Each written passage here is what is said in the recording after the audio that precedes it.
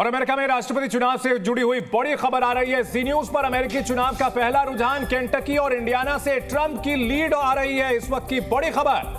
और फ्लोरिडा से भी डोनाल्ड ट्रंप को लीड मिल रही है, यानी कि बढ़त बनाए हुए वर्माउंट से कमला हैरिस आगे हैं। अभी कई राज्यों में वोटिंग जारी है। वोटिंग जब खत्म हो जाएगी उसके बाद वहां पर काउंटिंग होगी और अमेरिका में काउंटिंग में वक्त लगता है, यानी कि आप ये नहीं मान सकते कि 24 घंटे के भीतर या 48 घंटे के भीतर नतीजे आपके सामने होंगे। लेकिन ट्रेंड और रुझानों से बहुत कुछ पता चल जाता है। जैसा हमने जिक्र किया कि पिछली बार 2020 में लगभग 4 दिन का वक्त लग गया था, तब जाकर के नतीजे फाइनल हुए थे, क्योंकि कई स्टेट में वोटिंग के बाद काउंटिंग में काफी वक्त लग गया था। लेकिन केंटकी जहां पर 8 इलेक्टोरल वोट है, वहां से जो खबर सामने आ रही है और 2-3 स्टेट और से कि वहां पर कौन आगे ट्रेंड कर रहा है।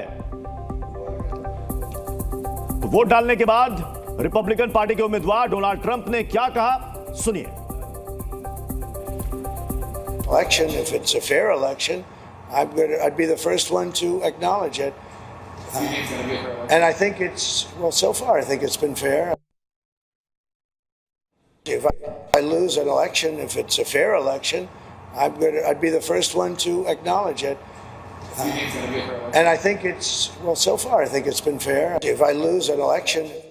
तो डोनाल्ड ट्रंप का ये बयान, अभी ये ताजा बयान है। इससे पहले आपने डोनाल्ड ट्रंप का बयान सुना होगा, जिस पर डोनाल्ड ट्रंप ये कह रहे थे कि अगर मैं हार जाता हूं तो सामने वाले ने बेईमानी की होगी, धांधली की होगी। लेकिन अब उनके बयान में बदलाव देखने को मिल रहा है। वो कह रहे हैं चुनाव के नतीजे जो कुछ भी होंगे, मैं पहला व्यक्ति होऊंगा जो इसको मानूंगा।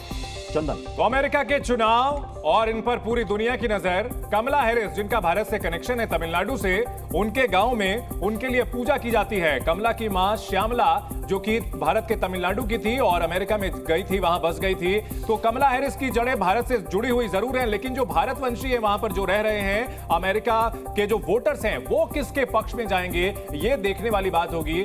राष्ट्रपति चुनाव के 4 चरण होते हैं। पहले कॉकस और प्राइमरी, दूसरा राष्ट्रीय सम्मेलन, तीसरा आम चुनाव और चौथा निर्वाचक मंडल। भारत के मुकाबले अमेरिका की व्यवस्था थोड़ी जटिल और काफी अलग है। लंबे समय तक ये चुनाव की प्रक्रिया चलती है। राष्ट्रपति चुनाव के 4 चरण होते हैं, जिनमें जीत करके ही अगला राष्ट्रपति तय होगा।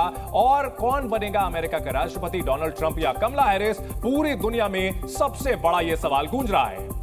अब ये देखिए, डोनाल्ड ट्रंप के बारे में जान लीजिए। गृह राज्य न्यूयॉर्क और इनकी पॉलिटिकल पार्टी है द ग्रैंड ओल्ड पार्टी से कहा जाता है, रिपब्लिकन पार्टी। अमेरिका के 45वें राष्ट्रपति ये रह चुके हैं डोनाल्ड ट्रंप।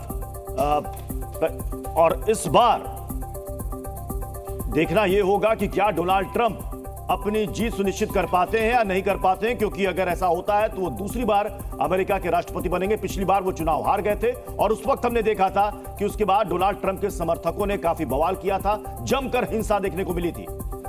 वहीं अगर बात की जाए कमला हैरिस की, तो उनका गृह राज्य कैलिफोर्निया है। पॉलिटिकल पार्टी डेमोक्रेटिक है। साल 2021 में वे अब देख रहे हैं कि 49वीं जो उपराष्ट्रपति बनी है, 2021 में वे बनी थी। उस वक्त जो बाइडेन और कमला हैरिस की जोड़ी ने डोनाल्ड ट्रंप को मात दी थी। और उस वक्त कमला हैरिस का वो बयान काफी सुर्खियों में आया था, जब वे कह रही थी कि वी डिड इट, यानी हमने कर दिखाया। उन्होंने तब तो कारनामा कर दिखाया था, लेकिन क्या 2024-25 में देश की पहली महिला राष्ट्रपति होने का कारनामा कर पाएंगी कमला हैरिस? इस पर भी दुनिया की नजर होगी।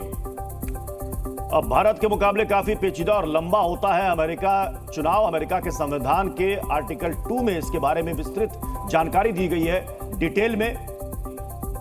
यह हम आपको ग्राफिक्स के जरिए समझा रहे हैं। हर 4 साल में यहां चुनाव होता है। जैसे भारत में 5 साल में होता है, वहां पर 4 साल में होता है। 2 साल चलती है राष्ट्रपति चुनाव की ये पूरी प्रक्रिया। इलेक्टोरल कॉलेज से राष्ट्रपति का चुनाव फाइनली जिसको कहते हैं, जब इलेक्टोरल कॉलेज में इलेक्टर्स वोट करते हैं, तब पता चलता है कि कौन बन रहा है राष्ट्रपति। Z News.